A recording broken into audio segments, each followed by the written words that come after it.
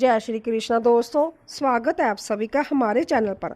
शास्त्र के अनुसार पूर्णिमा के दिन किए गए छोटे से छोटे दान या धार्मिक कर्मों का फल इस ब्राह्मण में कभी नष्ट नहीं होता।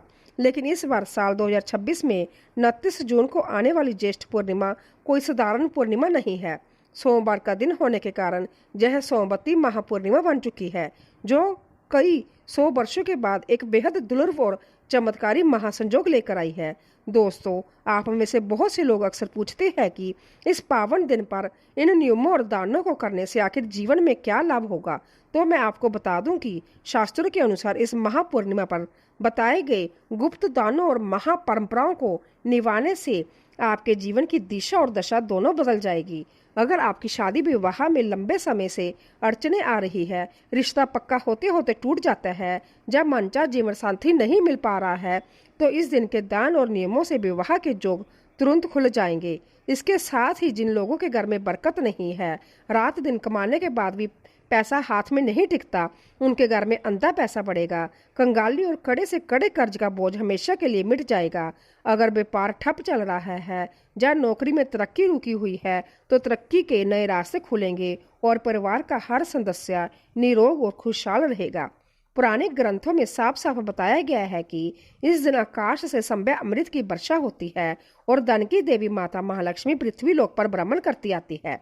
यह पूर्णिमा बंद किस्मत के ताले को खोलने वाली और कुबेर की तिजोरी की असली चाबी मानी जाती है। दोस्तों, इस पावन दिन पर चाहे आप कोई व्रत ना कर पाएं, चाहे लंबी चौड़ी पूजा पाठ ना कर पाएं, लेकिन आज के इस विशेष वीडियो में हम आपको महापूर्णिमा के वह महानियम और गुप्त दान एक एक करके बताएंगे, जिन्हें करने मात्र से आपके जीवन के सभी दुख दूर हो जाएंगे। इसलिए वीडियो को बिना काटे अंत तक पूरा जरूर देखिए। आगे बढ़ने से पहले सच्चे दिल से कमेंट बॉक्स में जय माता लक्ष्मी और हर हर महादेव लिखकर अपनी हाजिरी जरूर लगाए और वीडियो को एक लाइक करके चैनल को सब्सक्राइब जरूर कर लें। दोस्तों, किसी भी धार्मिक कार्य को करने से पहले उसका शुभ मुहूर्त जानना बेहद जरूरी होता है। वैदिक पंचांग के अनुसार ज्येष्ठ मास के शुक्ल पक्ष की यह महापूर्णिमा तिथि 29 जून को सुबह 3:06 से शुरू होगी और अगले दिन यानी 30 जून को सुबह 5:26 पर समाप्त होगी। उदय तिथि की परम सिद्धांत अनुसार बट पूर्णिमा का व्रत, बट वृक्ष की मुख्य पूजा और सोमवती पूर्णिमा की सभी चमत्कारी परंपराएं 29 जून सोमवार को ही पूरे दिन की जाएगी। इस दिन का हर एक पल अपने आप में सिद्ध मुहूर्त है, इसीलिए आप अपनी सुविधा अनुसार पूरे दिन में कभी भी यह कार्य कर सकते हैं।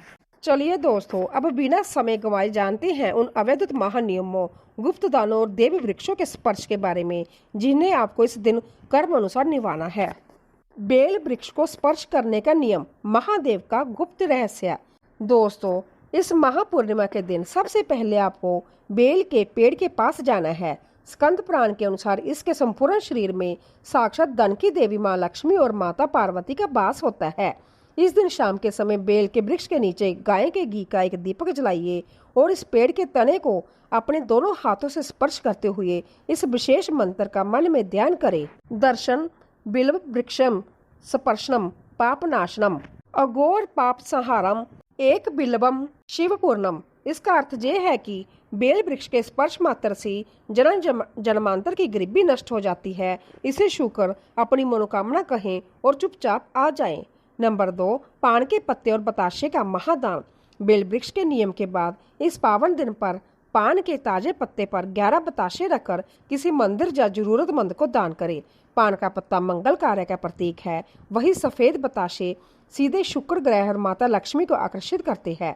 इससे घर की नकारात्मक ऊर्जा नष्ट होती है और विवाह की अड़चनें दूर होती है। नंबर 3 पर आता है शमी के वृक्ष को स्पर्श करना और संदूर का नियम। शमी के वृक्ष को साक्षात माँ जगदम्बा का शुभ रूप मानकर पूजा जाता है। इस सोमवती पूर्णिमा के दिन संध्या काल में शमी के वृक्ष के नीचे धूप और एक दीपक जलाने से जीवन की सारी बाधाएं दूर हो जाती है। इसके अलावा यदि आपके घर में कोई सदस्य बहुत लंबे समय से बीमार है, तो उस बीमार व्यक्ति के सिर से पैर तक 7 बार सिंदूर उतारकर शमी की जड़ में डाल दे और पेड़ को स्पर्श करे। उनका रोग बहुत जल्दी ठीक हो जाएगा। नंबर 4, जल से भरे मिट्टी के घड़ों का दान। ज्येष्ठ मास की इस तपती गर्मी में किसी प्यासे को जल से भरा नया घड़ा दान करना संसार का सबसे बड़ा पुण्य कार्य माना गया है। जो व्यक्ति इस दिन श्रद्धा से 11 गड़ों या अपनी सामर्थ्य के अनुसार 1 गड़े का दान करता है, उसके जीवन में सुख शांति का प्रवाह हमेशा बना रहता है और कंगाली दूर होती है। नंबर 5, पारिजात हार श्रृंगार के वृक्ष का चमत्कारी नियम। पारिजात का वृक्ष समुद्र मंथन से उत्पन्न हुआ था और यह साक्षात लक्ष्मी का ही दूसरा स्वरूप माना जाता है। शाम के समय पारिजात के वृक्ष को स्पर्श करने मात्र से ही मनुष्य के शरीर की सारी थकान और मानसिक तनाव दूर हो जाता है। इस महापूर्णिमा पर पारिजात की जड़ में थोड़ा सा सिंदूर अर्पित करें, घी का दीपक जलाएं। यदि आपके घर में पैसा नहीं टिकता तो पारिजात के 5 फूलों को सुखाकर पीले कपड़े में बांधकर अपनी तिजोरी में रख लें, धन की वर्षा होने लगेगी। नंबर 6, पीपल के पत्ते और इलायची का गुप्त दान। 11 हरी इलायची को पीपल के पवित्र पत्तों के साथ रखकर किसी मंदिर में ब्राह्मण को दान करने से भगवान विष्णु और माता लक्ष्मी की संयुक्त कृपा प्राप्त होती है। पीपल के वृक्ष में साक्षात त्रिदेवों का वास होता है और इलायची अपनी मधुर सुगंध से सकारात्मक ऊर्जा को खींचती है। 11 सिक्कों का दक्षिणा दान। पूर्णिमा के शुभ दिन पर 11 सिक्के किसी योग्य व्यक्ति, ब्राह्मण या मंदिर में अर्पित करना बेहद मंगलकारी है। सिक्के हमारे परिश्रम और समृद्धि का संदेश देते हैं। सच्चे मन से किया गया यह छोटा सा दान जीवन में आने वाली बड़ी से बड़ी आर्थिक बाधाओं को हमेशा के लिए दूर करता है।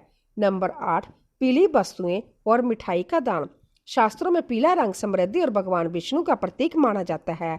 इस दिन हल्दी, चने की दाल, पीले वस्त्र, केले या बेसन के लड्डू जैसी 11 पीली वस्तुएं और 11 मिठाइयों का दान करने से जीवन में मधुरता आती है और घर में अंधा पैसा बढ़ता है।